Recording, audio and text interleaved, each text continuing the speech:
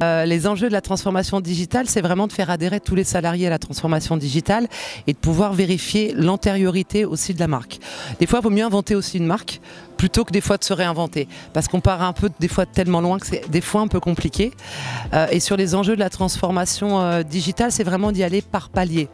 Donc pour moi, en premier, il faut faire des brainstorms, il faut faire des matrices, donc Pestel, Porter, SWOT, ADL et les matrices BCG. Il faut vraiment s'inspirer des matrices pour analyser le macro, le micro et le méso-environnement. Il faut vraiment partir de matrices, ensuite travailler en interne et trouver ensuite des vrais influenceurs en interne qui vont pouvoir nous aider.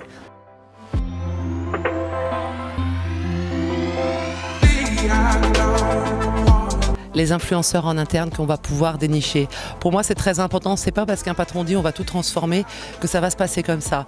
Pour moi, il faut vraiment trouver les bons influenceurs et les bons piliers qui vont pouvoir nous aider à prêcher la bonne parole du changement et de la transformation.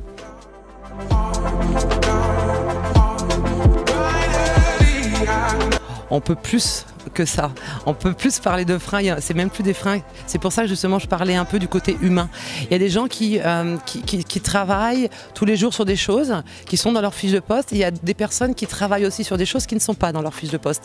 Et c'est ce que je disais pendant mon intervention, c'est que souvent il y a des choses qui sont tangibles, qu'on peut définir, et des choses qui sont intangibles. Bah, écoute, moi par exemple je faisais ça en plus.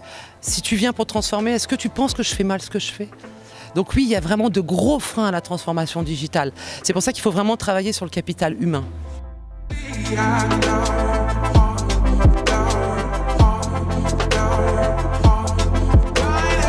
Pour moi, c'est primordial, c'est 50% du travail.